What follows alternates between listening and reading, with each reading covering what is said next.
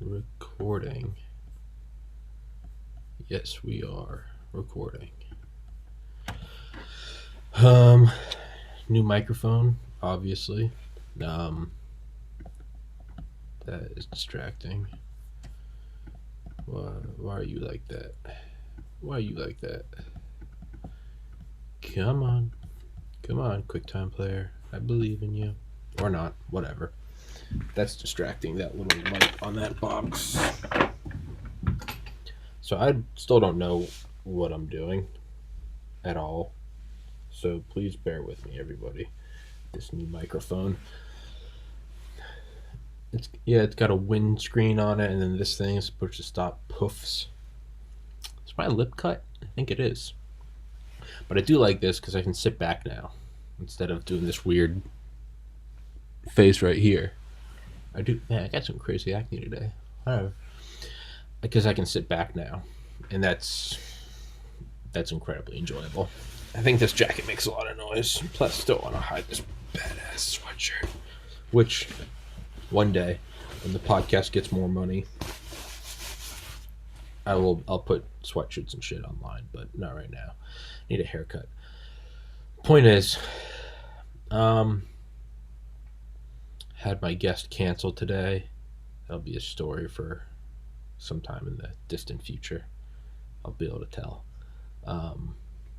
Thursday. What's today? 14th, January 14th. Remind me in like 6 months, and I'll tell the story. So today, I kind of want to go into. I'm also kind of politicked out. I mean, right now there are 25,000 National Guard troops in the United States Capitol. Trump is banned from Instagram, Twitter, Facebook. Parler was taken down by Amazon and Apple. And you cannot comment on Trump's YouTube or the White House YouTube. But I don't know. I kind of want to talk about this, but I kind of want to talk about who's going to be the first trillionaire. I don't know. Which one do I want to do? Fuck it. It seems like the die has been cast. I don't want to talk about politics 60 seconds later. The die has been cast. But it seems that way. And I feel crazy, and I very well could be. As I've publicly stated before, I voted for Obama in 2008, Romney in 2012, Bernie in the primaries in 2016, didn't vote in the general election, and Trump in the 2020 general election. So I've jumped from side to side several times, and each time I'm on one side, I'm convinced that is correct. And before, I mean, obviously I couldn't vote before I voted for Obama, but before that, I was right-leaning, like early high school. And then before that, in like middle school, I was like left-leaning. And it's so like each time I've been convinced that this, quote unquote, this is my view at the time is the correct view, which if that's not the plight of all of humanity. But I was also convinced in high school that I wanted to, or in middle school, that I wanted to play in the NBA. In high school, I was convinced I wanted to be a bodybuilder, a personal trainer. In college, I was convinced I wanted to be a doctor. After college, I was convinced I wanted to be a pharmacist. After that, I was convinced I wanted to do mental health charity. After that, I was convinced I wanted to write. After that, I was convinced I wanted to do comedy. After that, I was convinced I wanted to do Photoshop. After that, I was convinced I wanted to make my own satirical news website. They called it FNN, Fucking News Network. Tagline was, "You die alone in a nursing home, might as well have a chuckle before you flatline." If you can't tell, I was kind of in a bad place in my life. Some chicken pesto for breakfast or lunch. Yeah, and then wanted to do graphic design, and then doing this podcast. And I feel like I'm finally at home doing this podcast. I legitimately do. More so than any other time in my life, I feel like I'm at home. Every other time I got into something, I felt like it was right, but there wasn't a feeling of this is like the definitive. I just felt like I was right where I was, but I never once thought like, and this is where I'm going to be forever. I was just very convinced that this is right for me right now. And if anyone tried to challenge that, I'd be like, you don't know. Like, no, I am where I'm supposed to be. This podcast is the only time I've ever felt not just like this is the right thing for me, but like this is what I'm supposed to do. I'm sure I'll have other hobbies and shit going forward, but who the fuck cares? No one gives a fuck about me. Why the fuck am I sitting here jerking off to you guys? I don't really want to do politics. I think Elon Musk is going to be the first trillionaire. I think Elon Musk is going to be the first trillionaire because what he's doing is, well, one, we know he's several steps ahead. Christian Davenport talks about in his book Space Barons about how smart Elon Musk and Jeff Bezos are, and how a lot of times Elon will close his eyes during like a meeting and just tell everyone to be silent. He'll sit there for a couple minutes, maybe a couple seconds, maybe a couple minutes, and kind of just look out into the possible like chess moves out into the future. And this is too tight. And I think one of the quotes is like one time he did it for like 8 minutes, and like one of his like top guys looked at someone else and they're like, he just looked into the future. Granted, you're probably getting some of that fearless leader people around him. Steve Jobs, probably the same. You know, people from New England with Bill Belichick, Trump supporters, myself included. Right? But he does seem to do it. I mean, I don't know if he still is, but as of last Thursday, a week ago today, he's the richest man in the world. Not the richest man of all time, the richest man of the world. He was at 189 billion. He eclipsed Bezos. Bezos broke 200 billion last summer. Nobody's held a fucking candle to Mansa Musa though. Motherfucker was worth 400 billion. I think they said Carnegie and Rockefeller adjusted were around 300 billion apiece. I could be wrong. And there's an argument that Alexander the Great was worth, is it 4.3 trillion? I've heard that argument before because technically, I don't know why I'm saying I heard that argument. I read 2 sentences on Wikipedia once. Because technically he owned, like his whole kingdom, technically like he owned, so it was his, so it's all wealth. But so that would be like saying, you know, that would be like saying Trump is a trillionaire, or Xi Jinping is a trillionaire. Kind of, I don't know if that really works. You could argue that they do move the force of it, but that seems more like you're a hedge fund manager, not your value. But with Elon, in Christian Davenport's book, and I think this is where it's from, he talks about, I'm going to slowly face this, see if that makes a difference in my talking. If anybody has any tips on how to use this microphone, let me know. I've got a windscreen on it, the poof filter, and I've got this big semi-sphere made out of PET. I don't know what it stands for, but it's supposed to absorb all sound around it, but it's just massive and takes up like half the screen. So I haven't used it yet, but I bet it's dope. But it's really dope. I might need to get a stand for that. Just put that shit right here. Who cares? Who cares if it blots out half the screen? Also, if anyone knows how to turn this, get the 4K to work. Is that just my laptop? Jesus Christ, I'm getting off topic. He said that he was going to get to, and he said this before, I am amassing wealth so that I can singularly fund our settling of Mars, and I'm not dependent on the U.S. government or a publicly owned company, board of directors, blah, blah, blah, blah, blah.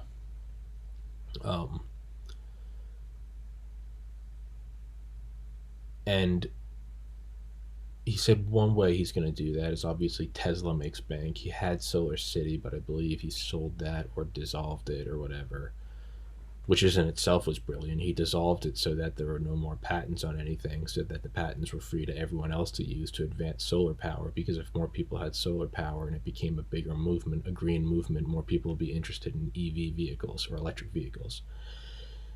So he sees far ahead. But he said he was going to fund our trip or our settling of Mars by he said he was going to do it by taking down, or he said we're going to like challenge like the FAA, and everybody was like, what does that have to do with anything? Challenge the FAA. And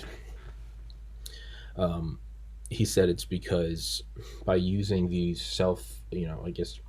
self-landing rockets, reusable, unless you're getting, you're dramatically decreasing the price to put things in orbit, or just whatever, or no orbit, as well as turnaround time. By doing that, he could use that to.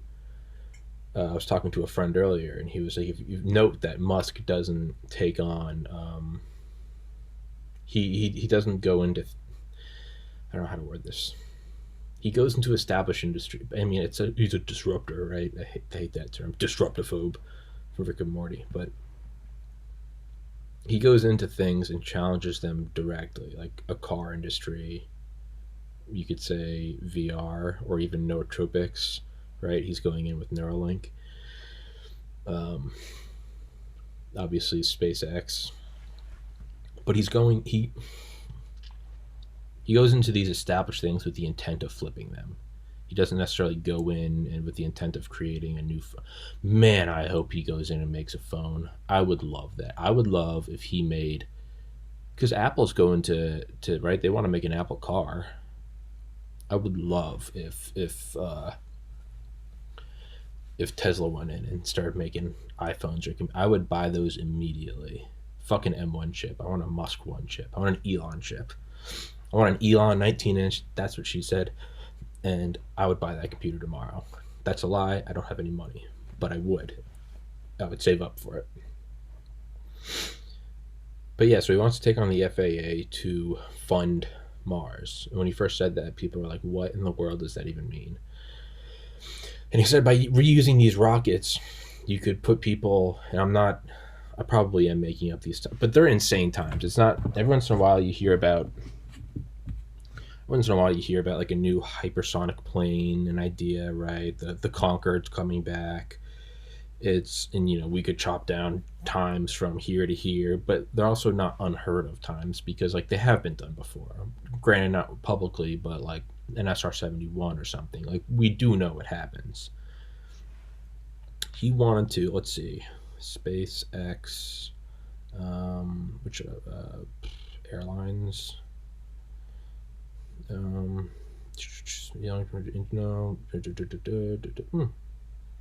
hours ago, SpaceX confirms first U.S. East Coast ISS Dragon cargo return. It's a very specific first. Sounds like Sports Center fact of the day or whatever it was. Airlines. It's, oh come on. Airline, commercial airlines. I'm butchering this. Whatever. The point is he can take those and wants to be able to fly. They're insane times from like DC to Mumbai in like 25 minutes, London to LA in like 18 minutes, New York City to Melbourne in like 31 minutes. Like, insane shit. Like North Pole, South Pole, like 25 minutes. And by doing that, it would be a quantum leap. It would be a complete change, right? It's just like Tesla coming in, and Tesla is one of two U.S. based car companies that's never gone bankrupt, and it's now, I think its market cap is like 10 times that of GM. I know it's larger than Walmart now, and well, this could all have been as of last week when he became the richest man. Oh no, China virus, have a reprise.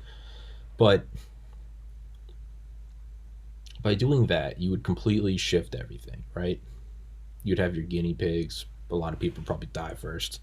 But I mean, if you go back and look at those interviews of him saying that he's going to land rockets and he's going to private space flight, and he's being interviewed by that guy in 60 Minutes, and then he's like, Elon's like, I look up to all like my heroes in like the space history, and the interviewer's like, well, actually, I talked to them, and they kind of think like you're an idiot.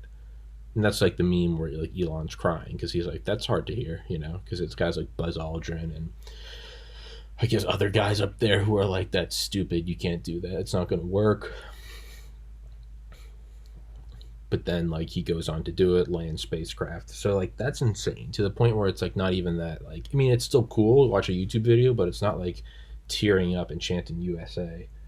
It's it's kind of, we've just accepted it, right? There will never be a touchscreen phone, and then it's very quickly like, yeah, it's just the norm, right?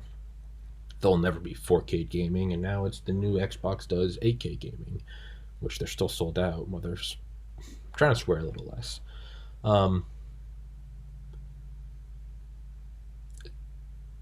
So it could be a norm.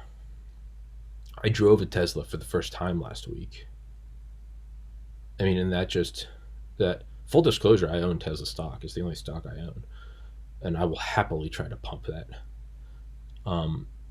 But to me, that just solidified it even more. I was like, yeah, no, this is the future. This is 100% the future. And I think the same thing's going to happen with commercial flight. It will be space flight. It'll be orbital or suborbital space flight, but it'll replace commercial flight. And if you can get the cost down, I mean, imagine just being able to fly. I mean, it would have as much as an effect on global travel. It would be to airlines what airlines were to cruise ships, right? Like affordable, citizens can get on it.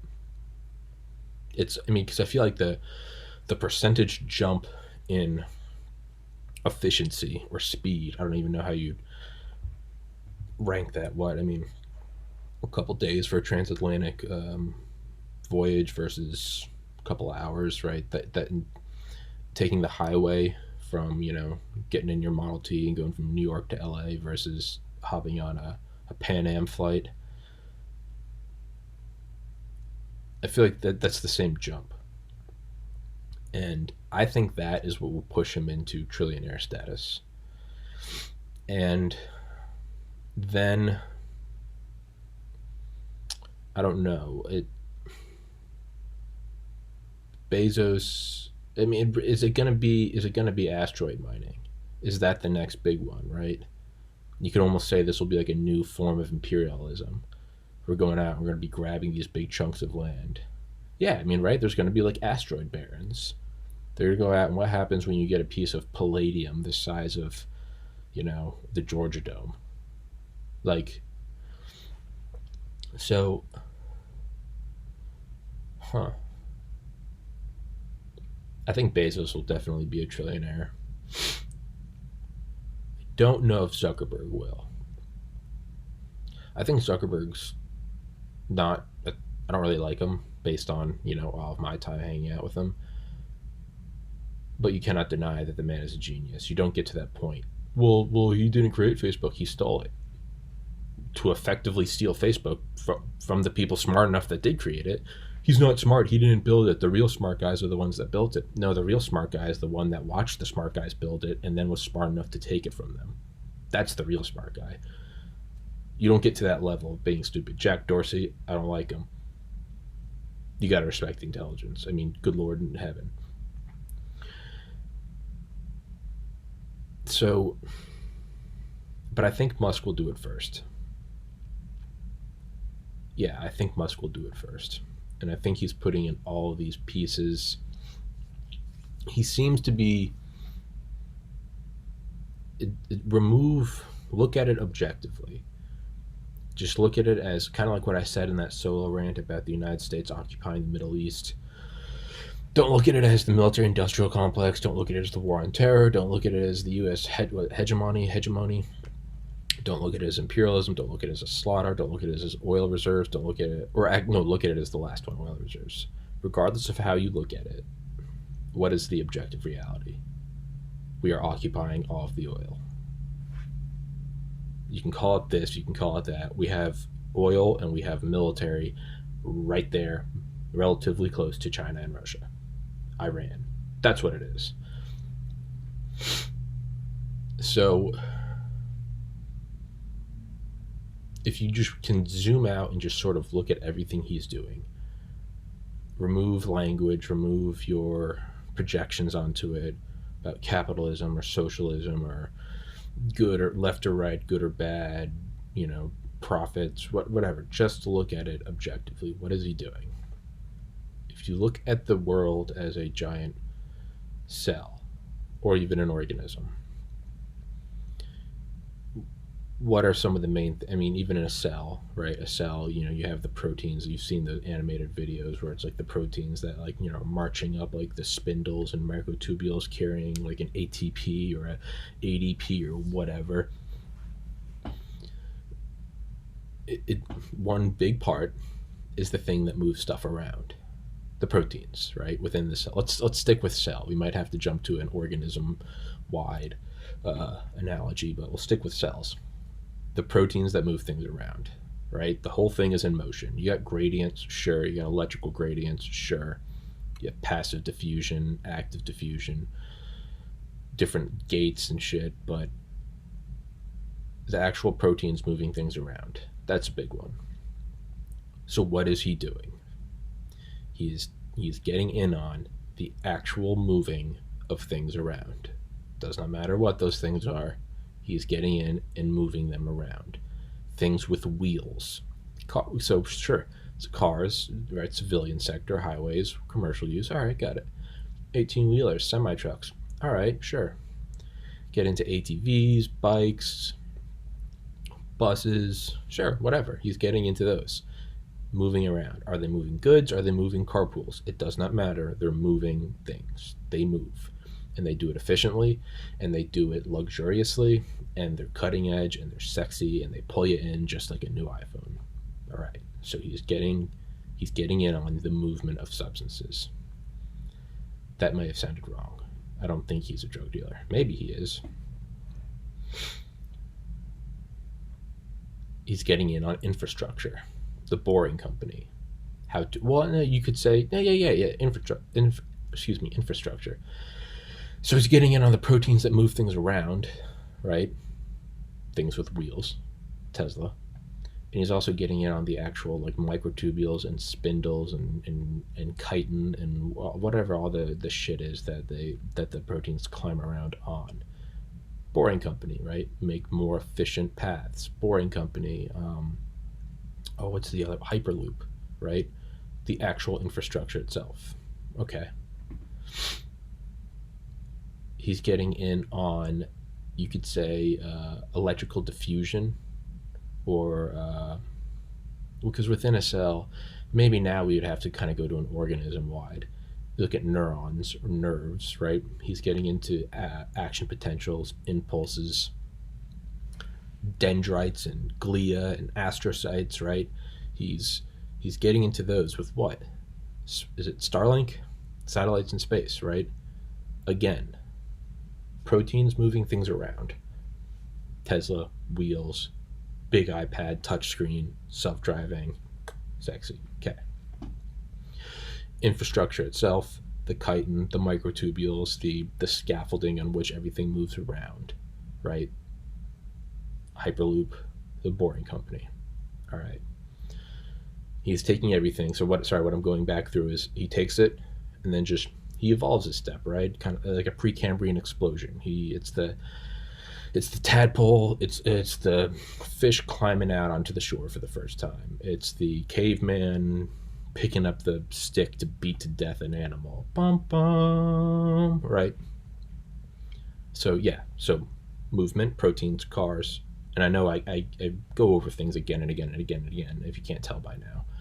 But that's how I learn. This is exactly how I would sit in my room like a psychopath for hours studying to get into medical school. Just talking out loud, just going through it again. So I'm not really presenting this for you so much as I'm talking out loud. Remember, this is a solo rant, so I'm making this up as I go. It's Tesla, things with wheels, moving around, independent vessels of movement that exist on the surface of the earth. Okay, and I would argue that atmosphere is surface. If we're looking at the rocky core, or the rocky just earth from the crust to the core, and then we're looking at space, I'm looking at whatever's in between as roughly surface. Sure, there's an atmosphere and we perceive it as this infinite sky, but the reality is it's a tiny little coating of just, gas. Just, you could almost blow it off if you want to. So proteins on the surface of the medium, right? We're on the rock, things that move around. Cars, semi-trucks, whatever. Okay, got it. Changing the medium itself, the infrastructure, Boring Company, Hyperloop. The action potentials, the impulses, the dendrites, the neurons, the glia, the astrocytes, the whatever. Starlink. So he's going up and he's making it better. Tesla, sexy, drives itself better than the old proteins, the Volvo and the Ford. Hyperloop, Boring Company, underground, super fast, better than the 405. Starlink, up there in space, beam it back any place on Earth, better than the dial-up or Comcast or whatever, right? So he's taking these pieces of the cell. I'm trying to remember how can we fit that into a cellular analogy instead of organismal, because I don't like that nonconformity. Man, I guess I've really forgot biology. Is it just action impulses? Action potentials, right? Because you have the nucleus, nucleolus, that's inside the... I guess it would just be like electrical gradients, right? Ions and stuff, right? Yeah, within the cell you could... Okay. Alright, well, yeah. But screw it. Okay, I guess we could use an organism-wide level, right? You could say that the cars are like red blood cells or something. You could say that Hyperloop and the Boring Company, you could say those are veins in the lymphatic system, right? And I don't think that's really important though, right? As I sit here in my UFO shirt yelling. Actually, I'm not yelling today. Thank you very much. Proteins, Hyperloop, Boring Company, neurons, Starlink up in orbit, right? You can't accidentally hit it with a wire when you're digging. Call 411 before you dig.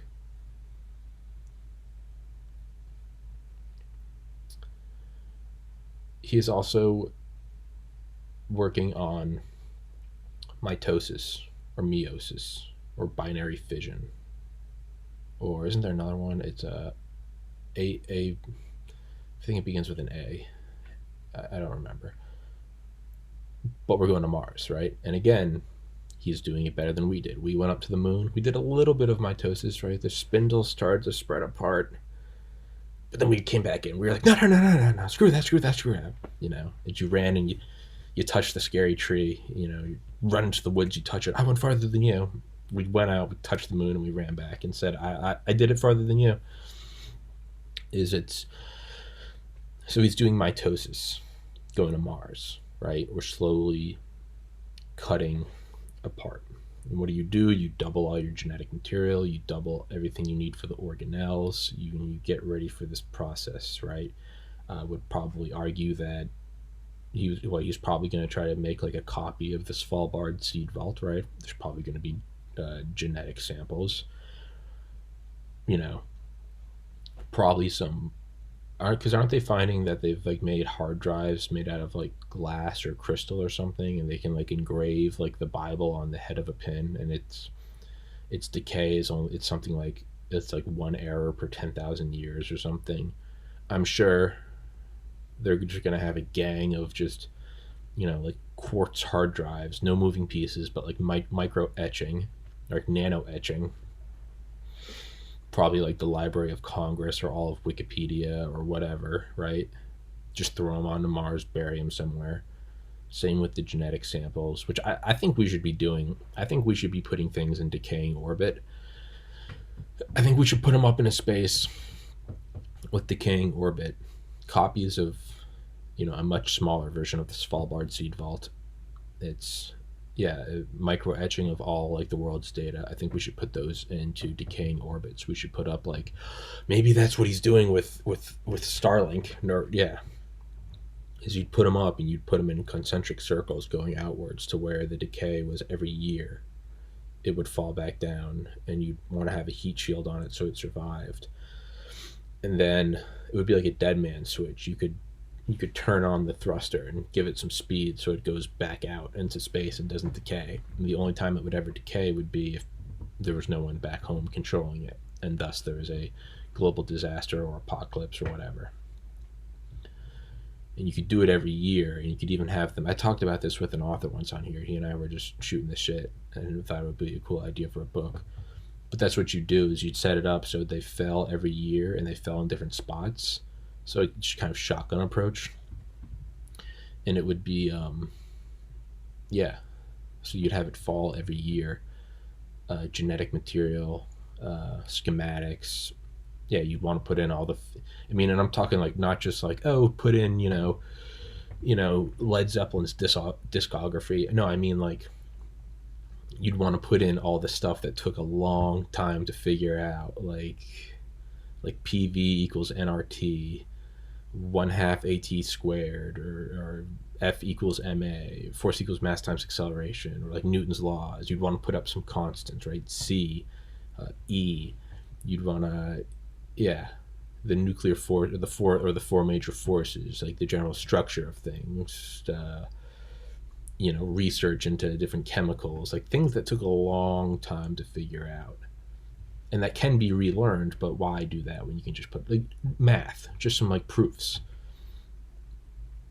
All right, a map of the world. I'm talking catastrophe, talking Younger Dryas, 12,500 years, or whatever it was, 11,800 or 12,600, something like that, and you put them up there. And so let's say there is a catastrophe. Basically what it'd be is like if everyone on Earth disappeared right now, and there's just a couple of you. And man, I really need to lose some weight. I can see my double chin. It's gross. But that's not why you're here. You're not here to talk about my body image. We're here to talk about Elon Musk. You'll know I moved out when I start losing a lot of weight, because I can just go full psycho and buy whatever weird shit I want to buy and diet like a crazy person like I used to in college. That's incoming. That's going to be great. I can't wait to get that back to that point. I wish I didn't care as much as I do, but I do. So I'm just going to indulge it. But Starlink satellites, you'd have these satellites, and you'd have them decaying every year, and they'd be coming in, streaking across the sky. You'd want them landing everywhere, right? You'd want them landing on every continent. Because this isn't like a national security thing. Like, are we sure we want our nuclear secrets going to the Chinese? No, this is an extinction level event. Not nuclear war where we do have a relocation arc, where we do have bunkers, Site R, Raven Rock, Mount Weather, Greenbrier, NORAD, Cheyenne Mountain, blah, blah, blah, blah, blah, blah, blah, blah, blah. None of that. I'm talking like the bottleneck event where like a volcano exploded and only 10,000 Homo sapiens were alive at one point. Something like that. Everything is lost. There's no national security right now. We're trying to find like knives, because those could really change our tribe. So you'd be having them dropped everywhere. Middle East, China, the main island. Yeah, we want Australia, South America, North America.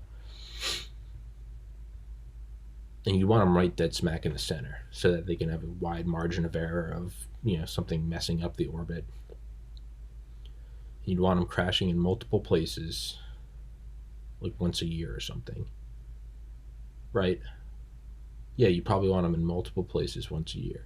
I would argue in the same spot, and it wouldn't be progressing technology. It would be the same thing. So at the very least, this would almost turn into like a religious thing, right? There'd be these shooting stars, and it happened on the same day that's how you could do it, actually, right? You would do it on the same day every year. So at the very least, it would become like a religion or something, whatever day this year, even if they don't have a Gregorian calendar, you could say it's Christmas or something, right? Or maybe do it on like one of the solstices, right? You would have them crash, and you'd have them crash in the same spot. So people would go there, they discover it, maybe they set up a village, and then maybe next year it comes right back down and hits them all and destroys and kills everybody. But even then, that serves the point in that it will bring attention. People will be like, oh man, they got smited, and they'd go there. Eventually they'd learn to like back off around the solstice, right? But it would become something as like patterned and as regular as like a meteor shower. But it would be coming to Earth.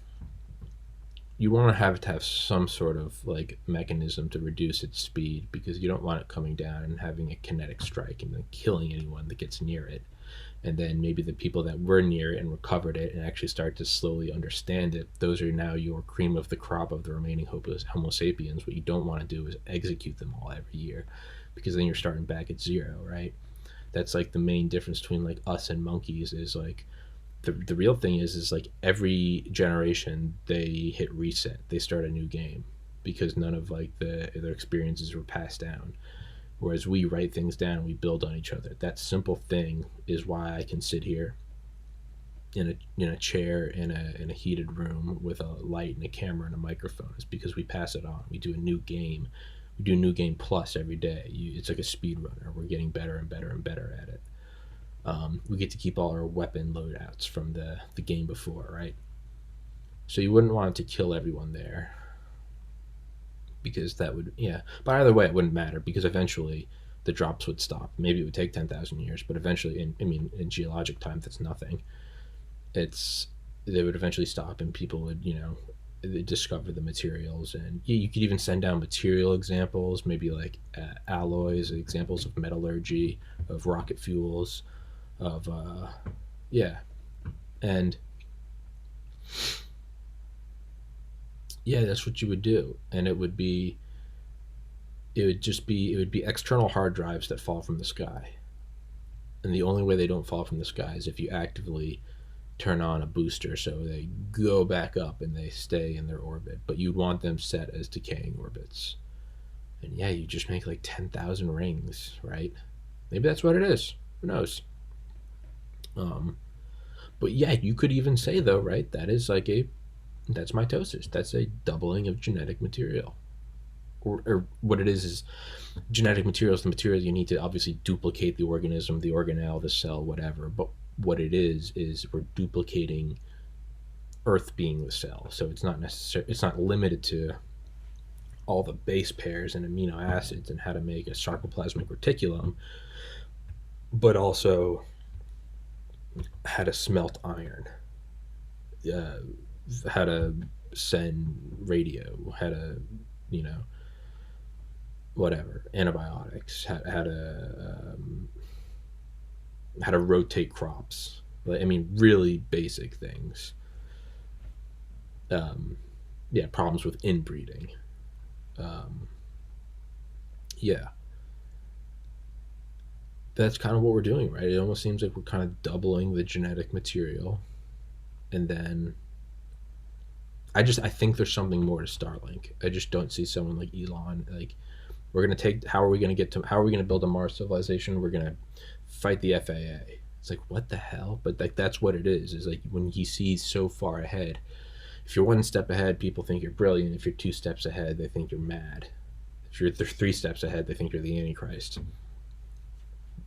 So that's what I think it is so when he says things like, we need to take on the FAA and that's how we're going to get to Mars, I think what that leads to is, I think that's how you get so far ahead that things start to seem crazy when you say them. So look at the Boring Company. On face value, does that seem like an Elon Musk thing? To build tunnels under LA? Does that really seem like something that's what that guy's setting out to do? Come on, he's hitting like two primary things: environmental damage using, and you could argue that batteries are more damaging, but whatever. Let's say he's virtue signaling just for getting that paper, whatever. Electrical vehicles, if anything, energy independence, regardless of effect on climate. You would just say independent of the Middle East. Maybe he sees the troops as occupying there, and he's like, let's negate the need for it, right? Legalize drugs. That's how you get rid of the cartels, is you rip out the very desire for, or the market for them to produce these things. It seems like, right, and what's the right, self-landing rockets, space travel, the final frontier, make man a multiplanetary species. Neuralink, right? It's the next big step. Neuralink is, there hasn't been something like this since, I would say, language. or writing, right? A new game plus every day. For everyone that doesn't play a video game, you don't need to play a video game to know what a new game is, right? You start a new game, the thing is reset. A new game plus is when you get to keep everything that you gained in your previous play. So let's say you unlocked all the, you maxed out all your attributes: aiming, driving, flying, stamina, strength, stealth, whatever, charisma. You start a new game and you get to play with everything, right? It's like if you're a really rich guy and you have like an Ivy League education, and then you had a kid, and this is a fucking weird example. Somehow you inhabited that kid. You would get to keep everything. I know, yes, you could say like that's right. The rich grow richer. You could say that the child is growing up with like perfect nutrition, no violence, no trauma, no stress, education, a bohemian lifestyle. Right? I don't think that's the right word. Bohemian lifestyle. That's what a new game plus is you get to keep everything. Right? It's you get to but that's not even a good example because the kid still has to learn. New game plus, you know everything. You get to play again. Right? New game plus is like if you got to go back to when you were 5 with full memory of how the next 25 years played out. So that'd be like if I went back to 1995 knowing full well like what Amazon is, what the dot-com bubble is, 9/11, defense contractors, betting on presidential elections. Shit, I would. But right? Yeah. Where am I going with this? New game plus? Fuck. Oh yeah. So new game plus, speaking, right? I'd say the last big one. I mean, you could say the printing press, but that's more of mass marketing or mass media duplication of it.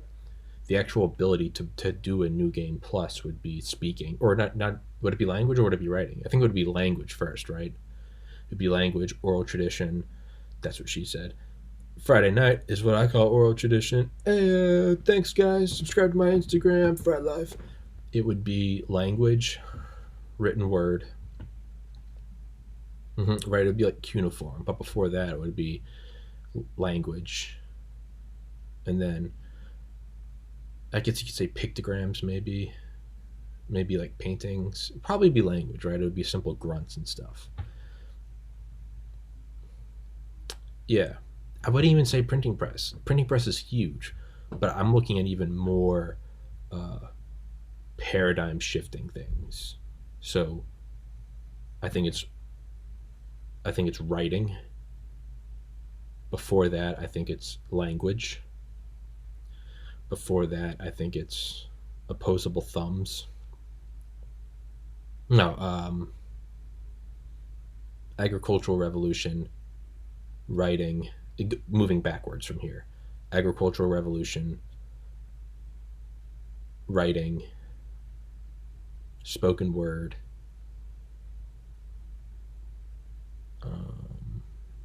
yeah, so I'm not even going into like the wheel and fire. I mean, truly everything shifts. Agricultural revolution, we no longer have to run around hunting every day. We can put shit aside and start pondering things like, how come I don't have a bigger car? Agricultural revolution, writing, spoken word, opposable thumbs. I don't even know what before that would be. I mean, like air breathers. So it's yeah. Looking at it now, you can start to see that it's not linear; it's logarithmic, right?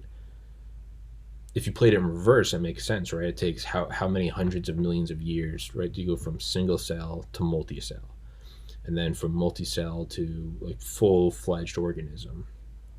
Leave water, go to land, right? All the bacteria, the change in foliage, oxygen content, right? You would say, I mean, literally walking around on the land. I guess this is back to right? Because going from binary fission to genetic recombination, right? Increasing your ability to, diversify. Genetic recombination is the original diversify your portfolio. That is the original Charles Schwab is mitosis. That's the original.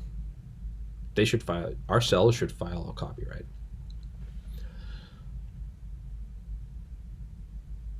I wonder if with single cell organisms, if there are like terror cells, like little cells wearing like little burqas.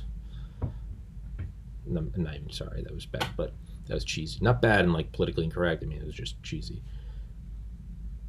Right? You'd go single cell,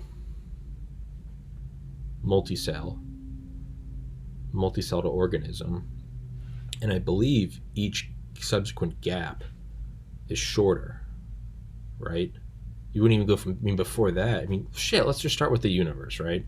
Universe, formation, original, like most annihilation of matter, antimatter. I was being serious, let's go back. You'd have the rapid cooling down.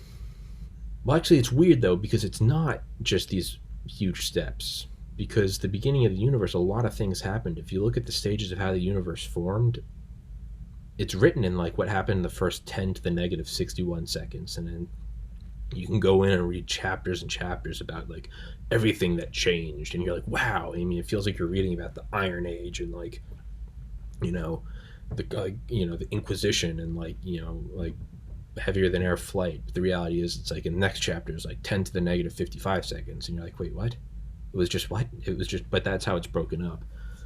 And then it's like 10 to the negative 30, 10 to the negative 20, 10 to the negative 5. So even that, yeah, actually, no, you'd say that it's speeding up more and more and more.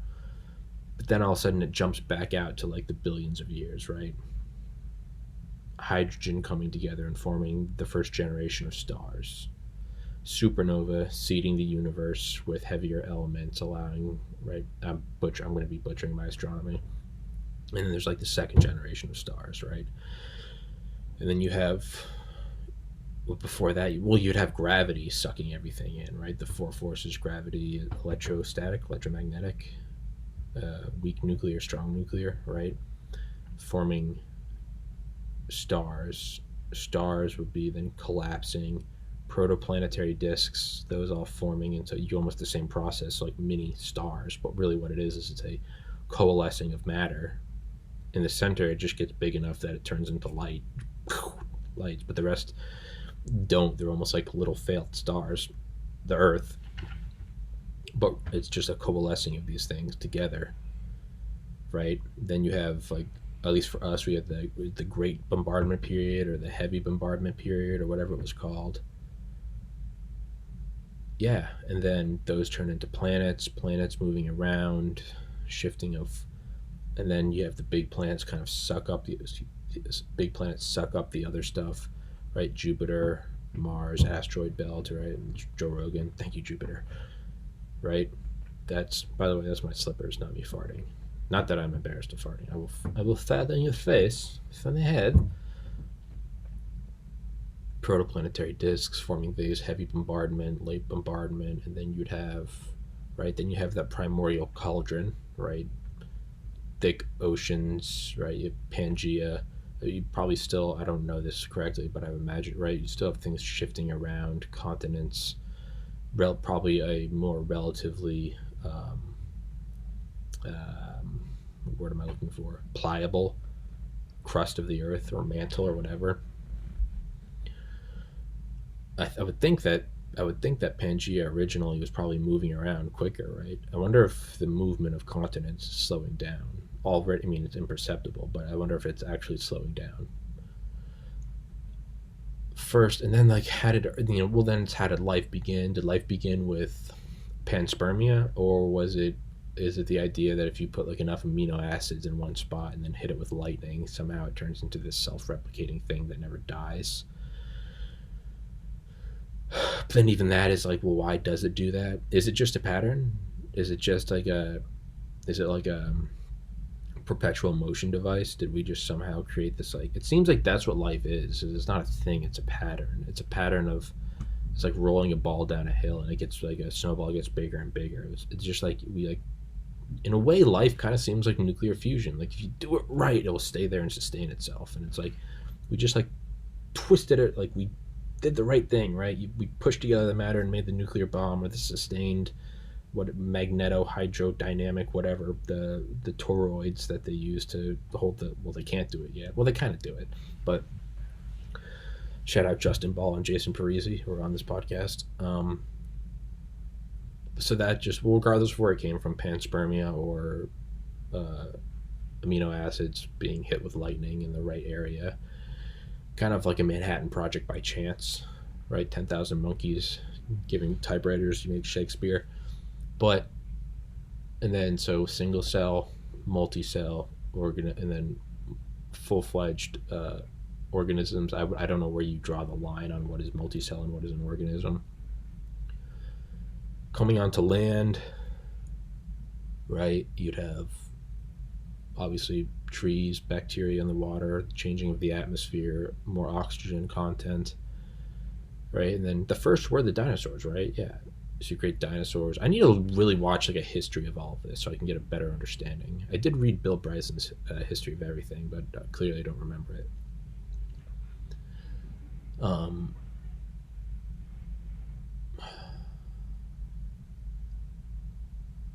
Yeah, I'm trying to think of where to go with that. I really gotta pee. So I'll be right back. And there's nobody here. So, you hold tight. You.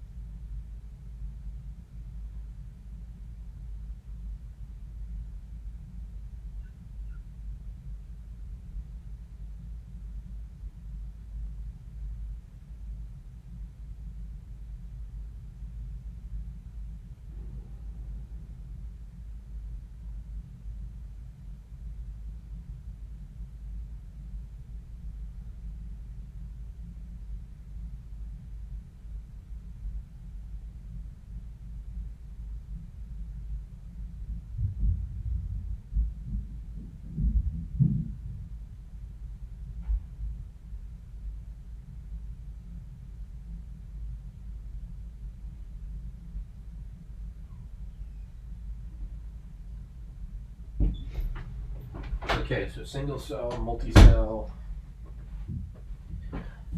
going on to land, increasing the oxygen content of the atmosphere. I'll put my jacket back on. And then, I mean, really, is there any other big thing that happens until opposable thumbs? I mean, I'm sure there is somewhere, maybe warm blooded and cold blooded. I would think. All right, male, female. I would think the next big one would be opposable thumbs. And that's the thing, is there are these huge gaps in the progress. But that do seem to get smaller and smaller and smaller, or quicker and quicker and quicker between subsequent generations of change. So you would say opposable thumb. I wonder if walking upright. Actually, I'm sure that's a huge one. If I actually understood what I was talking about, I'm sure that's actually a huge one, walking upright. Then it would be opposable thumbs. I wonder which came first, though. I would think opposable thumbs came first, right? Because a monkey swinging branch to branch versus walking upright. I would say that like packs and tribes seems like they always existed, right? That's probably something I'm overlooking. Coming together in a community, for better or worse. Maybe it's just a school of fish or whatever, but right, bigger numbers. Opposable thumbs, standing up straight.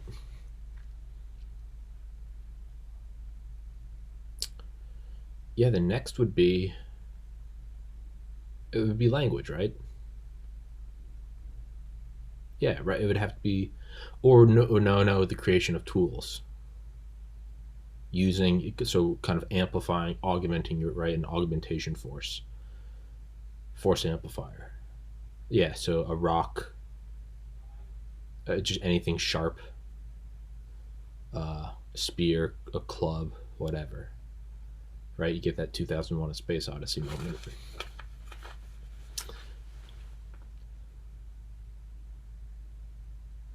I wonder if speaking came before that.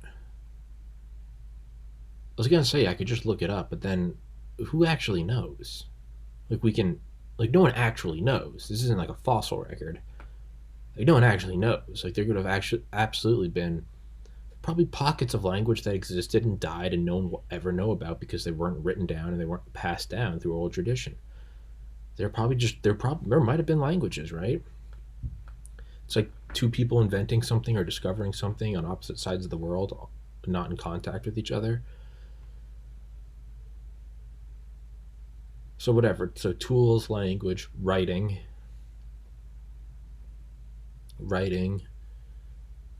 agriculture, and then really that it was that for a while, right? Would the wheel? I feel like wheel falls into tool, because I mean, if we're really looking at, again, we're not looking at things like the first computer. No, no, I mean like what we're saying, like the true paradigm shifting, single cell, multi cell, coming onto land, thumbs, yeah, like truly revolutionary steps. It would be agriculture. I think you would say the wheel is still a tool, no different than a spear or a a till or whatever, a knife. And then a lot of things I still would say fall under tools. I mean, building a shelter, that's agricultural revolution, right? Building one as opposed to just a cave. I would still say that's within agricultural revolution. A wheel, I would say, is a tool. Armor, I would say Iron Age, whatever. I would say that that's still a tool. I mean, no, I'm trying to think. Hunt, no, it's still in there. Or societal organization, I would still say no. Like we gotta go deeper. It's the big one is agriculture. Whatever happens within that is whatever. Whatever happens within your settled town doesn't matter. It's the fact that it's a settled town. Like physically, you no longer need to go out and find things to eat to take in calories and protein and fat and carbs and nutrients. Like you have the actual fuel, right? Like mind over matter only works so long. You can be the most hardened Delta Force or SEAL guy, but ultimately, if you do run out of food and water, you do not have the actual energy to move the physical gears of your body. It doesn't matter how strong your mind is. If there is no way for you to, doesn't matter how determined you are. If your car is out of gas, you can push it, but you're not driving the car around. You know what I mean? So agriculture.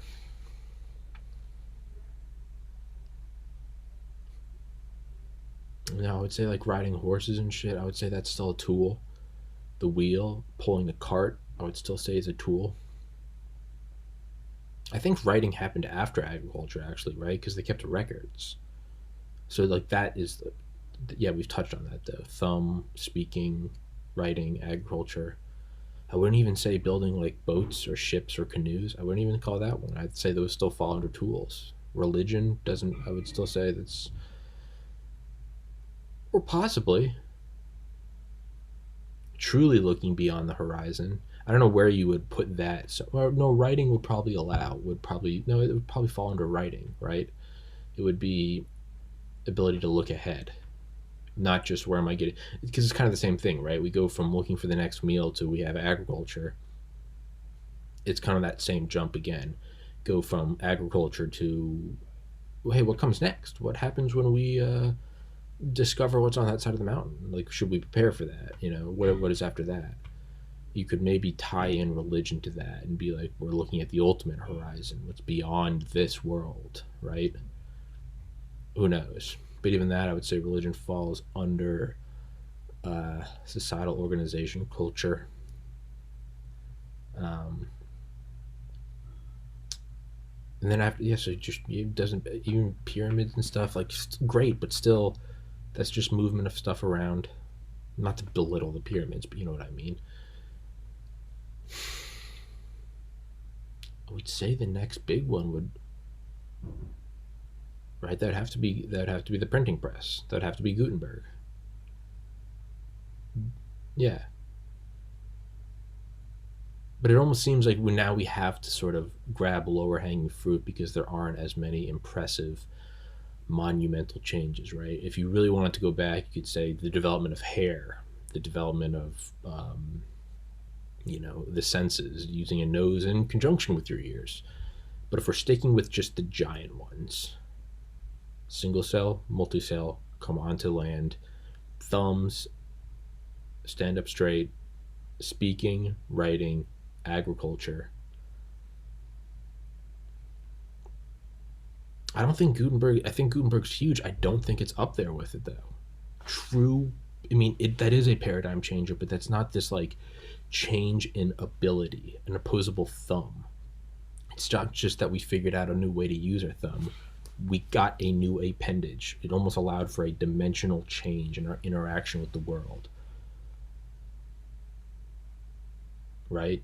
Speaking and writing, that again, a dimensional change. We now moved into the fourth dimension, moving through time, down the halls of eternity, of where, hey, don't do this because my grandpa did that, and then his grandson says it's the new game plus. And I think as huge as writing is, I don't think it's one of those, because that's just an amplification of an existing technology. Flight, hot air balloon or Wright brothers, still huge. I would still say that's just a tool, though. It is.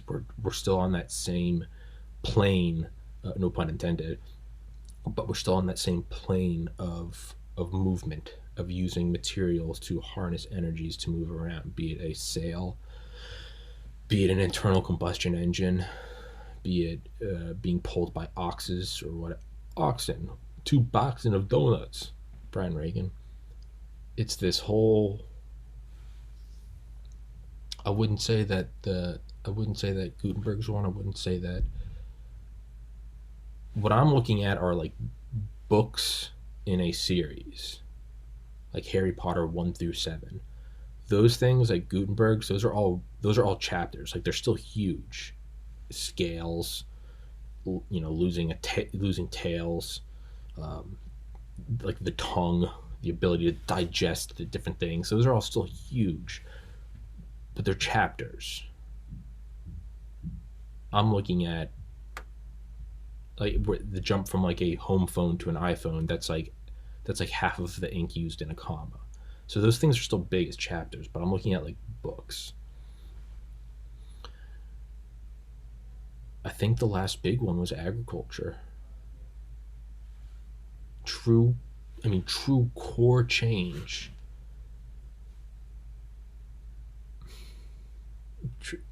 I would say germ theory is a chapter, not a new book. Because we lived longer, but it's not like we went from not living to living. We just, antibiotics, like, sure, you went from having 10 kids and 9 died to you could keep 9 and 1 died. But that still seems like it's a linear change. That's not this exponential kick.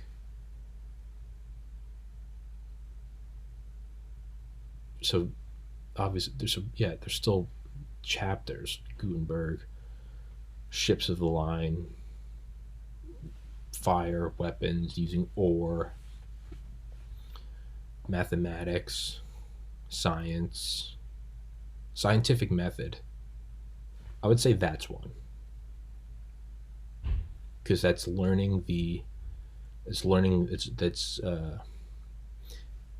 method in which to learn all of those subsequent chapters. Gutenberg, flight, fire, germ theory, whatever, is it's not studying something. It's when you learn how to study, and then you can go study literature, calculus, or biochem, or accounting. But first you have to learn, right? You have to learn how to study. Or even before that, you would say reading.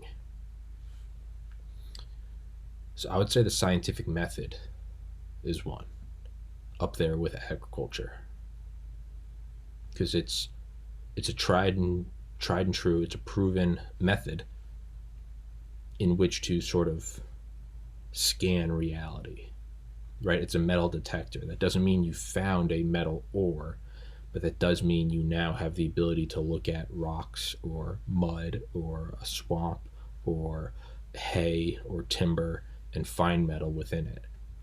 The scientific method, it's kind of like a thermal radar. Doesn't mean you found the goods, but you can now look at anything and find the goods. So yeah, I would say scientific method, because all those came from it, right? All science comes from it, or your ability to do science. You can have great apps, right? You can have great, what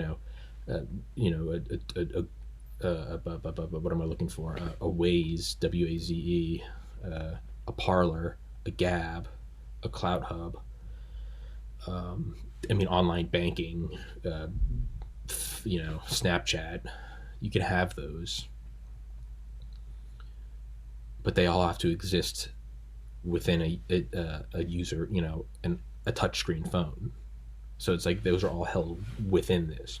You can have a new great groundbreaking game, but it exists on an Xbox, a PlayStation, a gaming PC, right? So they exist within it. So yeah, I would say scientific method.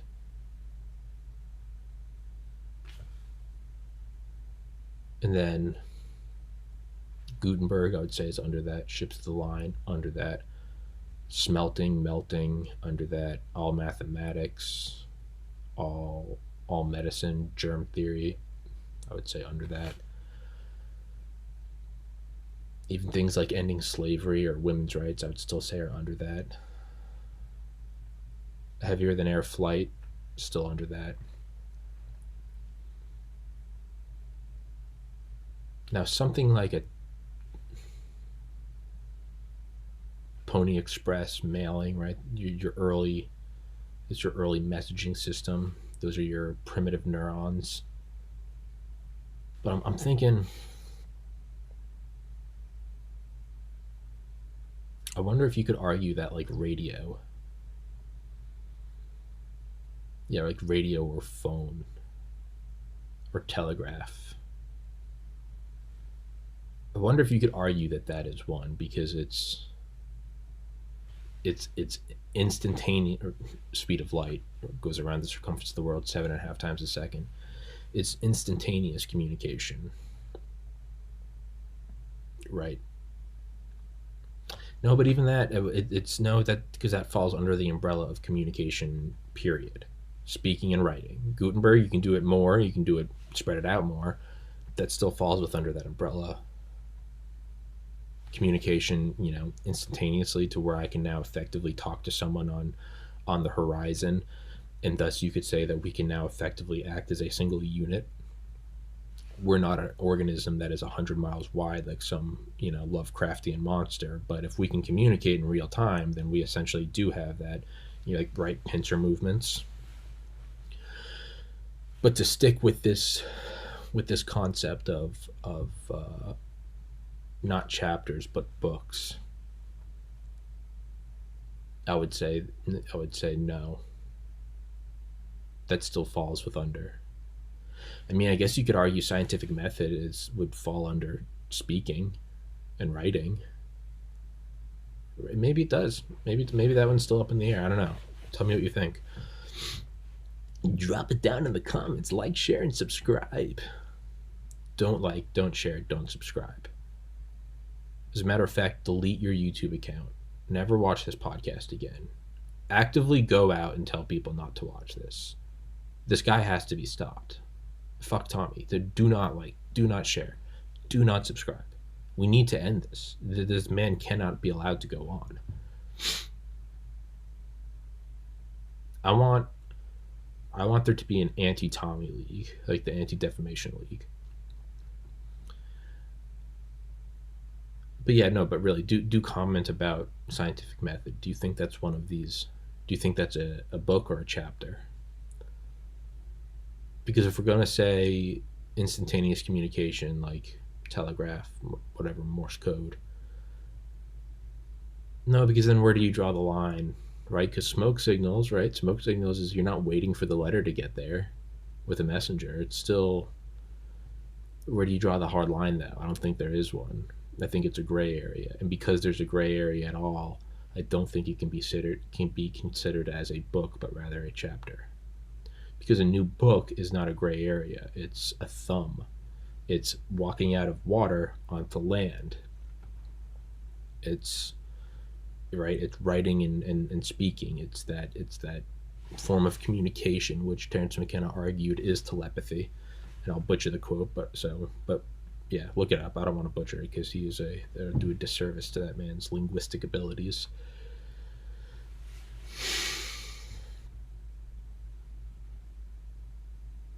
Yeah, I don't know. I think we'd have to say scientific method, right? No, because that's still a form of just communication. So I take it back. No, I think that's a chapter, not a book. And because of that, I think we have to say things like so even like live video conferencing, radio, TV, still all under communication, an expedited and wildly facilitated and increasingly complicated mode of communication, but communication nonetheless. It's communication from being A to being B, whether it's me writing it down. Well, no, it's not just communication because we can communicate in real time. Actually, I would say those are two separate things then, and I would say those are both books, not chapters. Communicating in real time, even if it's grunts, oof, that, and then writing or oral tradition. I would say that they're not separate because you could have writing and oral tradition going to no, because writing still goes down through the ages. So it'd be originally there would just be speaking, and that would be one book. Another book would be oral tradition and writing, and I don't think you can separate the two because those are still what they are. It's a shift from 3 dimensions to 4 dimensions. Whether or not one is written on stone and the other is an oral tradition that can die if everyone in the tribe gets eaten, that story dies.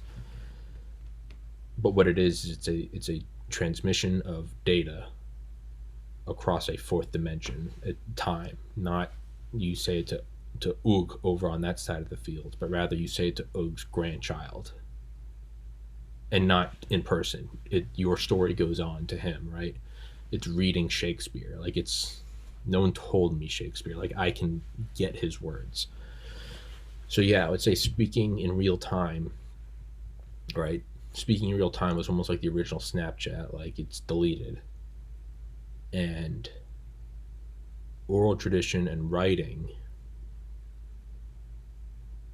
would be like I don't know, texting. You can go back and look at them, right? You can go back and look at this Facebook post from this day. So the last big one would be agriculture. I don't think we have had we've had big ones, we've had big chapters. I don't think we've had new books. Scientific method, Gutenberg, flight, antibiotics, germ theory, civil rights. Yeah, I don't think we've had a big one since then. So I would say there are 2 big ones coming. It's very exciting because, like I said, I think the last one was the agricultural revolution. There are 2 big ones coming, and one of them could be argued that it's not one. So I'll go with that one first, and I will say multiplanetary species. Now, I think it is. On one hand, I think it is a new one. I think it's a new book. In that we truly have a backup. We are on a different place. This one can get hit with an asteroid, a game ender, right? I don't know how wide. I mean, they're relatively narrow in comparison to like the size of a star, but like a gamma ray burst, those are one, like it's like a beam. It's a line. I don't know how wide that beam in a line is. It seems like they're pencil thin, but I don't know if pencil thin like encompasses a whole solar system. But whatever.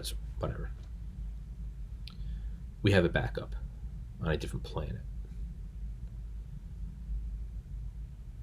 On one hand, I say it is a new book because, right, you can go to a new continent, but this one world is still subject to a Krakatoa, right? It's still subject to Yucatan Peninsula, Younger Dryas, or just rising ocean levels, right? Greenhouse effect, runaway effect, climate change. So on one hand, I say that is a new one, but on the other hand, is that any different than just, is that not still another tool? It's traveling really far away, but traveling. Sure, you escape all of the potential one and done game enders on Earth, but what about what about if the sun explodes? Like, have you really escaped that? So is that a gray area or not?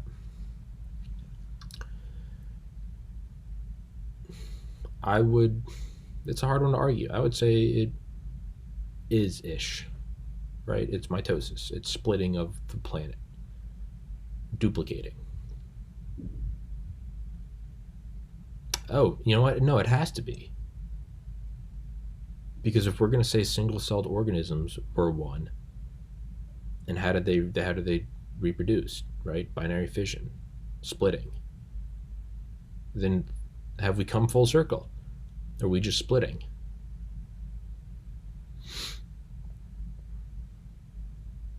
Possibly. Or is it just no different than flight? Is it no different than using oxen? Is it no different than harnessing the wind with a ship of the line? We're just, instead of going over the horizon to a new world on the edge of the flat Earth, in a way, we're still going to the new horizon, right? We're going beyond. You can't see it with your naked eye. You can't see more. You kind of can. I would say it is, but it's weird because I think it could be argued. It's like it's super fluid, right? Or it's like superposition. Is it still, or is it, it's hard. It's like technically there are more than two genders, but it's not because you're a cis foxkin, which is fine if that's what you are. I don't care. But looking at biologically, there are actually a lot. There's like 20, I think. There are all these like Klinefelters is the one I think most people know. That's the one I remember. But there are a lot. There's even more obscure and minor ones. But is going to a new planet one?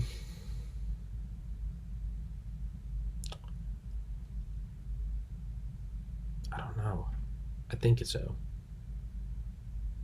I think so. Yeah, I would say it is because this biosphere, we are now not subject to being deleted, right?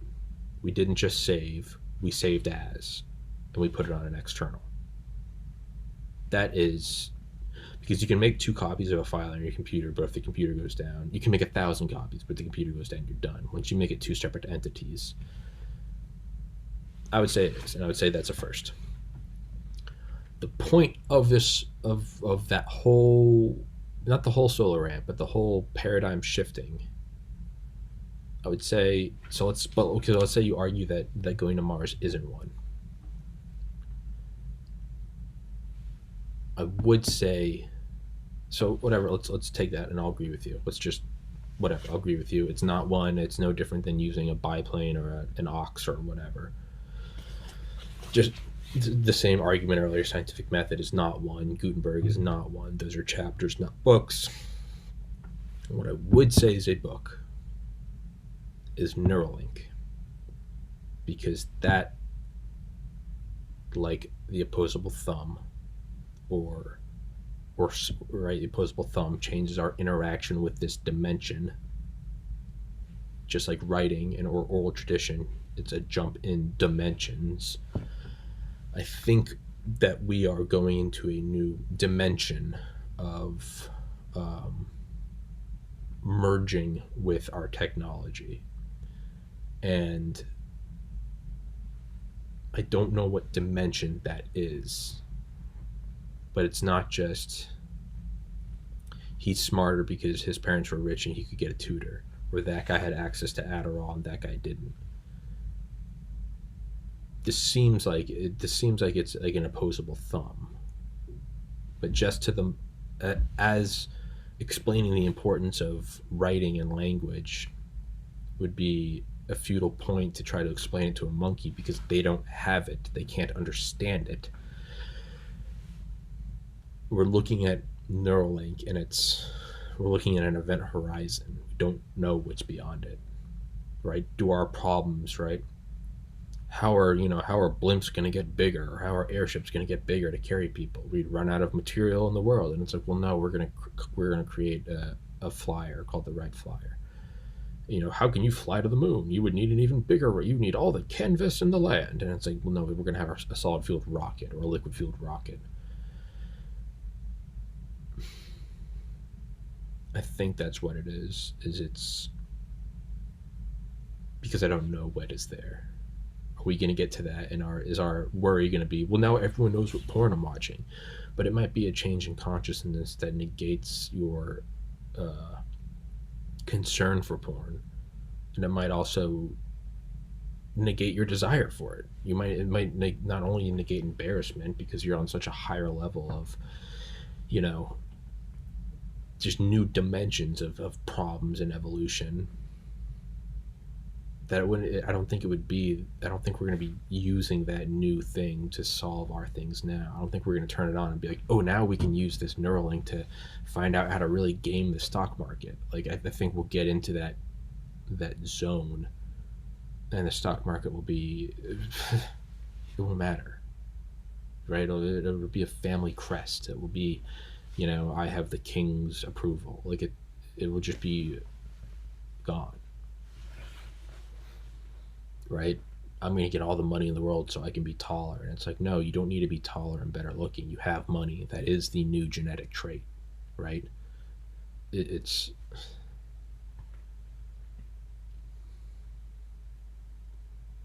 that's what I think it is. So I think Elon's behind that.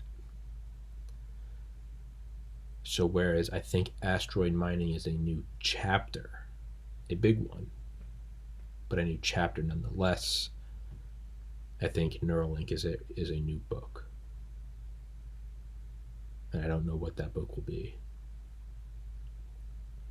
I think that will momentarily make him the richest man in the world. But I think it's going to be, I would argue it's going to be bigger than Bezos becoming a trillionaire, because I think it'll put us into a realm where maybe like money isn't a thing. Maybe this might be an old idea of like credit points. Like, that's what I think it will be. Like, are we moving on to this thing where you don't need money to control land and resources? Are we moving into this cyber realm that's, you can power it off the sun or any star, and thus you have it doesn't matter if crops die. Crops are of nothing to you.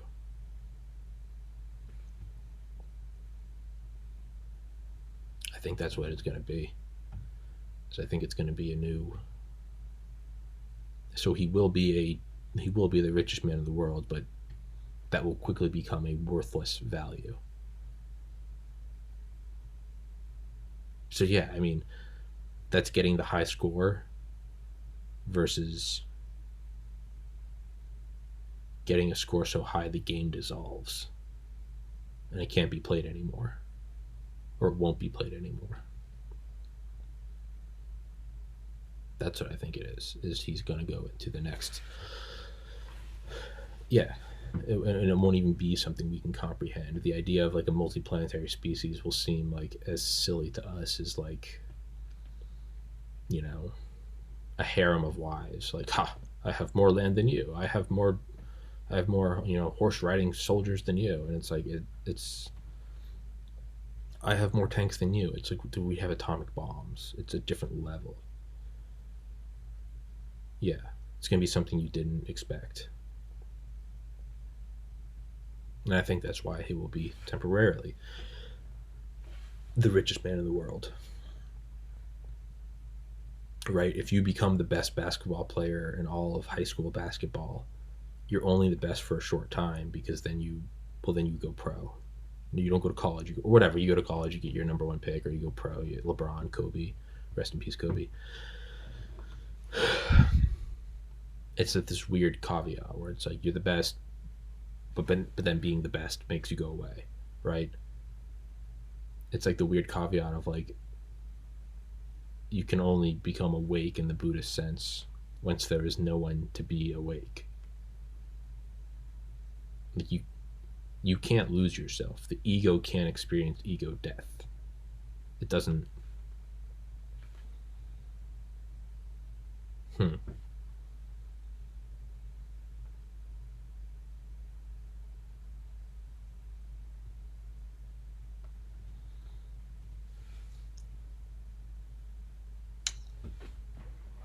It's a weird one.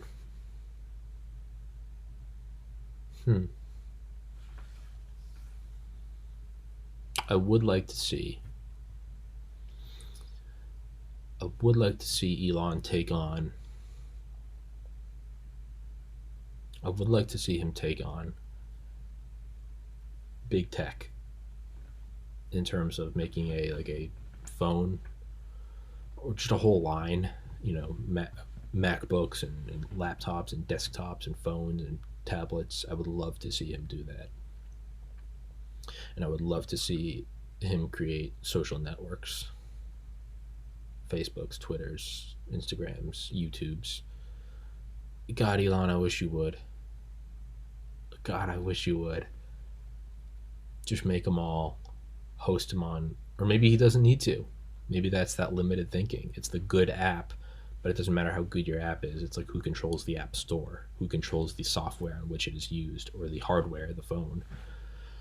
And maybe he's looking at it as is like he's going to be on Starlink, and you can be hosted on there. You're not going to be shut off by Amazon Web Services or that's another thing is I've already been tempted to because I need some stuff for the podcast. I will never shop at Amazon again. Shutting down Parler, I will never do that. And that's the thing is I don't think I'm going to buy a new MacBook. I don't think I'm going to buy anything Apple, which really sucks because I like it. But I don't think I'm going to. I think I might have to become a normie, but I don't think I can. I don't think. And this is a side note. But Tom, they're a private company. How right you are. And I've said on this podcast, and I've said it months past, as much as I disagree with what they're doing, I think that they are a private company and that they are allowed to do it. I truly do. And I still stand by that. However, how weird it was when there's that astroturfed movement at the top of every subreddit and every social media web or platform in 2017 about net neutrality and about private companies being able to throttle your access to information depending on your or their political beliefs, and how evil that was. And they were not private companies. They were fascist technocratic dictators. How quickly it changes when now they're private companies and they're allowed to do whatever they want. But what does making that point do? Do I get to sit on my high horse for 10 seconds? What actual effect does it have? It doesn't. I don't think it has any. Shout out to Kyril, to AJ, and to Garrett for being Patreons. We're at $26 a month. I won't ask for you to like, share, and subscribe, but I will ask for you to get on the Patreon. And as this grows, so we can sidestep Apple, we can sidestep Amazon, and go buy a computer that does something else. Help me fund that. Help me fight these assholes. I put all of my money back into this podcast. I'm not spending it on anything other than all of this stuff. You can't see all of it, but there's a lot of stuff now. That's what I would say. Honestly, I wouldn't even say like, share, and subscribe. What I would say is go watch on Rumble or BitChute. That's what I would say. Because I don't want to build up this kingdom here that is built on a sinking island. It's YouTube. It's done. The thing is shit. That's the reality of it. It's once you start astroturfing and trying to put your own message on it, it turns to shit. Yeah. But shout out to those three guys or girls, AJ, Garrett, and Kyril, for being Patreons. $26 a month. And it's been going on for like, well, they've been adding up, but I think it's only been going on for like 2 or 3 months. It's probably at like maybe like, but it hasn't been 26 for 3 months. It's been at 26 this month. I think last month it was at like 13, and before that I think it was at like 9. So yeah, if anyone donates, it will, you have my word. I will screen record when I transfer it to my bank, and then I will screen record the number. I'll blot out my account numbers, and I'll put it on it'll be a desktop. This is a MacBook Pro 16-inch from 2019, September 2019. It's still awesome, which is a shame because I like Apple, but I cannot support that. So they are free companies, and they are free to do that, and I'm with that. I'm with you 100%. And as such, I am a private consumer, and I will not, because I don't respect it. So yeah, but yeah, I have not cashed out the Patreon nor Anchor. I think I've made like $20 on Anchor now over almost a year. So gets pretty serious. But yeah, if we can get it going, because my friend does build computers. He's very well versed in it. It's what he does for a living. I could get him to, yeah. I mean, shit. I really like Apple, but you know what? If I have to go build some normie PC on my own, then that's what I'll do, because I cannot stand by Apple. Despite how cool their M1 chip is, I do not respect it, and I can't respect it, and I'm lying if I say that I do respect it. So, sucks to suck. But yeah. So yeah, Patreon, and we will get a ball and computer. If I get a ball and computer, it's going to be ball, and I'm not going to put one nut in this. We're going to go all in. So I would say let's put together $10,000, and not even 10,000 for Apple bucks, but a $10,000 custom machine, some water cooled sexy bitch. It's fucking like a petabyte of storage. Yeah, like a couple terabytes of RAM. I don't even know what I would need it for, and I don't care. I want it. Some terabit Ethernet, a couple 8K cameras. I want this thing filmed in 240 FPS. I want you to be able to watch it in slow motion if you want. I want the equivalent of the highest fidelity audio. I want the audio file. Standard definition audio file for a 2-hour podcast is like 80 megabytes. HD audio file is like maybe like 200 megabytes. I don't think I've ever had an episode bigger than that, because you can't upload bigger than 300 megabytes on Anchor. So I think the biggest audio file I've ever had is like 300, and that was like 4.5 hours. I want the audio file to be gigabytes. I want the highest fidelity quality. I want you to be able to break that audio quality down and listen to my stomach grumbling, isolate the grumbles, and tell me exactly what is wrong with the pyloric acid levels in my gut. That's what I want. Why? Fuck you. That's why. We need to push this thing forward. I want this podcast to be so high quality. I want that to be like the meme. It's not this like Marvel movie. It's not this James Cameron creation. It's not, it's not a TED Talk or 60 Minutes or an interview with the president. No, I want it to just be me talking with other people about stupid shit. But I want it to be the absolutely best of the stupid shit. The highest quality video of the lowest quality podcast. And that will be my promise. It's in 16K. It's worthless, but man, it looks good. He doesn't look good, but it looks good. That's what I want. Yeah. Yeah, like if I got like several microphones all around me, I could somehow stitch them together, the audio file.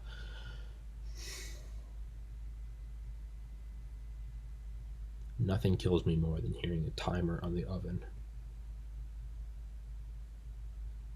my God. It just so the die has been cast. Real quick aside at the very end. Turn off that timer. It seems that no matter what, something's coming in the next 6 days. Perhaps it's a Biden administration. Perhaps. Perhaps there was cheating in the election and the CCP put in their guy. That's what I believe, but I also acknowledge that I may be living in my own bubble of cognitive dissonance. That's a reality. And it wouldn't be cognitive dissonance if you recognized it, right? General Thomas McCurney said that Trump and co monitored election fraud live and they let it happen because it's not shoplifting until you leave the store. 25,000 troops in the Capitol. Who knows? There is one thing I do hope, though, and I'm legitimately not trying to fence sit or to virtue signal. I legitimately hope just that the right thing happens. If there was cheating, let Trump be elected and let those who cheated be punished. If there was not cheating, let there be a peaceful transition of power. I do not want Trump to stage a coup, and I do not want Biden getting in to be a CCP coup. I want whatever happened, I want the truth to prevail. If that means Biden legitimately got elected, and this is my own, despite it seem hairy that watch the election pause in the middle of the night in 5 states at the same time, and then all of those leads slowly erased overnight. As much as I cannot believe that was an anomaly, I must consider that I laughed at all of my liberal friends over the last 4 years for thinking that Trump was a Russian agent, and nothing came out, and nothing came out, and nothing came out. And them saying, well, it doesn't matter, he still is. And it's like, well, you don't have any evidence, so now you're just choosing your own reality. Trump has to show undeniable, earth-shattering evidence that there was cheating, or otherwise this is just my own reality that I'm creating. And that's the facts. So I think in 6 days, I do hope that peace happens. Either there's shown that there's election fraud and those guilty are punished, and the office of the president remains untainted if there was not fraud. And the only way Trump wouldn't show evidence is if he did not have it, because you're not the president with 18 intelligence agencies at your fingertips and you somehow missed it. Because whatever I saw, they saw. If he does not show it, then as hard as it is for me to wrap my head around, it means that these are my own biases that are showing me that he was cheated out of it. And like I can't wrap my, because I watched with my eyes the counting pause and then slowly go backwards or reverse the lead. But I also recognize that if there is no evidence shown, and it's not, that doesn't mean that they didn't have it. Though the courts won't hear me. And I'm with you, it's fucked up, but the courts won't hear me out. You are the president, you do have an emergency broadcast system, you can do whatever you would like. So if he does not show fraud, I can only conclude that there was no fraud. Now you could argue there was fraud, but the people within this administration aren't listening either. Sure, I could see that, right? The whole thing is corrupted from within. What happens when you call the police department and the police department's in on the crime, right? Who are you going to call? Ghostbusters? Who watched The Watchmen, The Mirror? I think he would be able to get, if he was that desperate, I think he would be able to get the message out, right? If he can still give a speech somewhere, I imagine he can get on a camera, say something, and give a micro SD to his son, and have his son mail it to a friend, and have his friend upload it on Instagram, right? So if he does, if there's fraud, Who's yelling downstairs? I think they'll we'll see the evidence. I think the only way we don't see evidence is if there was no fraud, and it's hard for me to comprehend that because I love Trump. I think, and yeah, I get it. I'm a fucking Nazi, white supremacist, xenophobe. Yeah, I've heard it all before. Shut up. But if no fraud is shown, if no evidence is shown, and not in the sense that they did show up, but the courts wouldn't hear it, if he can't just even put it on the emergency broadcast system, then that can only mean that there was none. And maybe counting did stop. That's in as much as I can't wrap my head around that. I have to be self-aware enough to acknowledge that that will then be my own cognitive dissonance if it's not shown.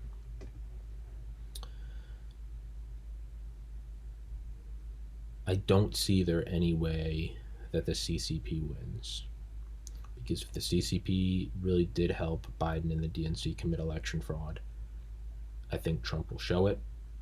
The courts won't hear him. I think he'll show it. It's the fucking United States government that will put it on every screen in America. If he truly is surrounded by traitors and he can't even get the message out, he'll find a way. He'll say it in Morse code. If he can't show any evidence, I think it's because there is none. And then I'll just have to accept that. I'll just have to accept that I'm living in my own reality, and that I'm seeing what I want to see. And I can only hope that one day I will be able to look back at this and say, oh man, you were in such a cognitive delusion hole of your own confirmation biases. Because when I liked George Bush as a high schooler, I couldn't think anything outside of that. When I liked Obama, I could have never thought anything outside of that. When I liked Romney, I could never think outside of that. When I liked Bernie, I could never think outside of that. And when I like Trump now, admittedly, I can't think outside of it. My gut feeling says that something fishy happened. That oven timer, I swear to God, I'm going to firebomb my own house. God, give me strength. If there's no evidence shown, then I think it's because there isn't any. And I don't think that's the case. That timer, I swear to God in heaven.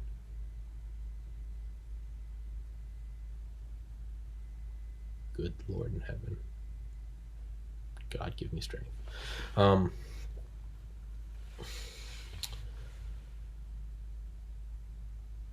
If no evidence is shown, I think it's because there isn't any. If there is, I don't think there's any gray area.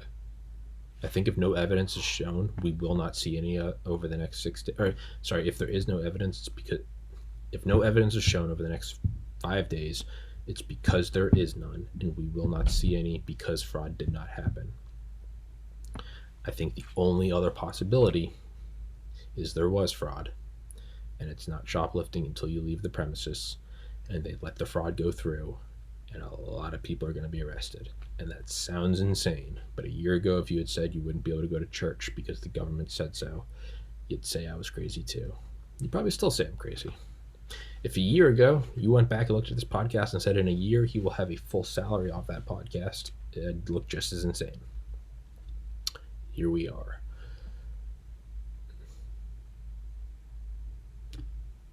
So if we do not see evidence in the next, what would that be? That would be 5 days. Should be 5 days.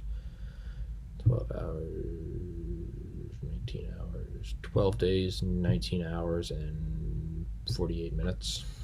If we do not see evidence in the next 5 days, 19 hours, and 48 minutes, I think that's right.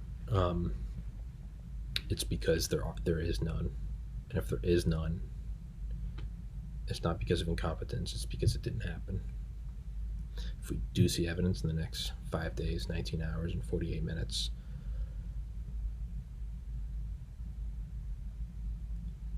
I think it will be overwhelming. I think there will be a lot of people going to jail. I think it will be biblical. I think that's why there's 25,000 troops in DC cleared to carry ammunition, live ammunition, first time ever on U.S. soil. I don't know. I don't know. If you won, why would you go so far out of your way to impeach, to invoke the 25th, and to censor? Why would you not just run out the clock? That's what my gut feeling says. But am I living in my own bubble of cognitive dissonance? I think I would have to say that is a possibility, because to say that it's not a possibility, that I'm living in a bubble of my own disillusion, that is indicative of living in a bubble of your own delusion.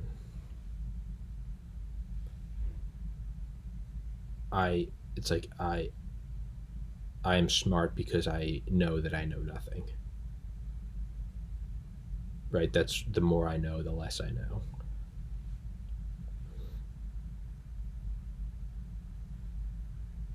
So although my gut, as of Thursday, January 14th, 2021 at 4:14 p.m. Eastern Time, I think there was fraud. Well, it already went through all the legal, it was certified. It was, well, if the whole system is rotted, of course it is. I called the cops, and the cops said that there was no crime. Well, if the cops are in on the crime, they're not going to say there was a crime. The CIA investigated itself and said there was nothing wrong. Wow.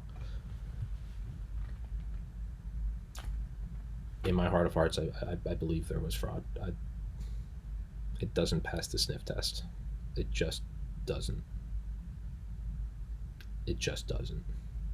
We never found WMDs, and the vice president's corporation, in which he was the former CEO of, cleared $40 billion in profit. Halliburton, Dick Cheney, doesn't pass the sniff test. Seems a little hairy.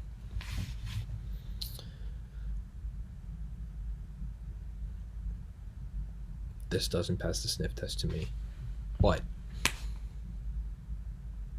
I have to, because if I can't embrace the possibility that I'm wrong, then my God, I have halted my own evolution. We talked about single-celled organisms and evolution through opposable thumbs and space travel.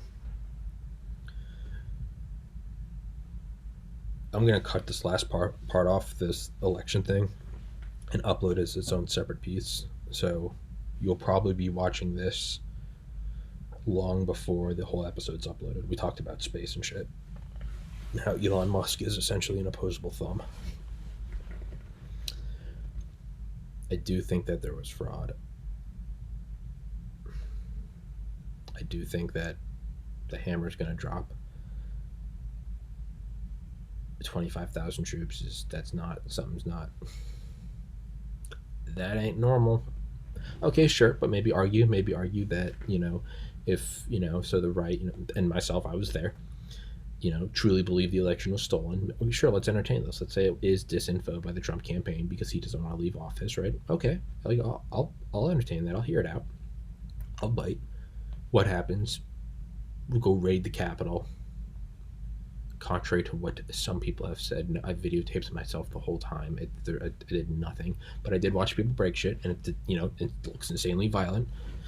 No different than a BLM or Antifa rally, but I'm a Nazi for saying that. But sure, but let's go with that. I'll try to drop my biases. Let's go with that, right? Pretty violent, a lot of people. And that was just for certification. What happens when there's an actual inauguration and it's people that truly believe they were wronged? Sure, okay, you need to bring in 25,000 troops for that. I get it, overwhelming force. You probably don't need it, but have so many that the other side doesn't even show up. Don't bring enough to beat them. Bring enough to put them into a state of despair so they don't even show up. That's what I think. I mean, I see that as a possibility. Am I living in my own bubble? Am I living in my own bubble where I look at it as, no, he's lining up the troops because he's going to go in and arrest all these Congress members for treason? That's what I believe. but I have to acknowledge that I might be living in my own bubble. And that has to be a possibility because no one has ever known everything. We know all this, and we also know the world's flat. It's like, well, you got most of it right. You're good on the math, and you're good on, whatever, but no, that's not right. The world's not flat. We know the world's not flat. We also know man will never fly. And no, you were right on the calculus. You were right on the biology, but nope, we can fly. So I have to acknowledge that there might be a reality that I am not considering, or that I am consciously or unconsciously blocking out. I don't think that's the case, but no one who's wrong has ever not thought that they were right.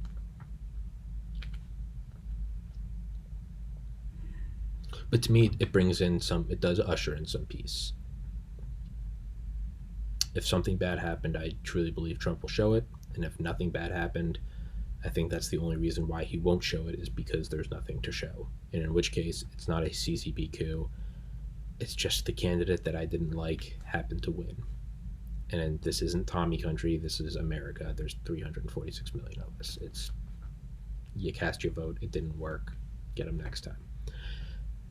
That's not what I believe. I believe there's fraud. I believe that Dominion, I believe all that shit is rigged, and I don't think there will ever be another free election again. And if that's the case, I think Trump will show that. If Trump doesn't show it, it's because it didn't happen. This is an exercise in me trying to entertain things that maybe I don't believe is it's my own growth. I was always going to be a doctor. I could have never believed that I wouldn't be a doctor. And if I ever wasn't going to be a doctor, it's going to be because I didn't get in. If you had told me, no, you do get in, but you decide not to go, I would have thought you're smoking crack. So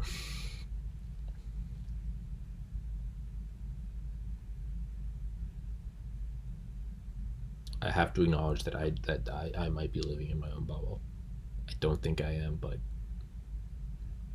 does anyone living in their own bubble think they are? No, none of them think they do. Inversely, maybe that's what the 25,000 troops are for. It's for everyone like me living in their own bubble that believes that the election was rigged. Or, let's say it was rigged. I think it was. Let's say it was rigged, and let's say it's overturned, and a new Trump administration comes in. There's going to be a lot of people on the other side whose bubbles were burst. And thus you would need 25,000 troops. So either way, you know what? It's probably good we have 25,000 troops there. Because we're going to be bursting some bubbles. And when you burst bubbles, soap gets in your eyes. And you get upset. So the troops are there. Because even L'Oreal is bullshit. All soap hurts. And the troops are going to be some fresh water.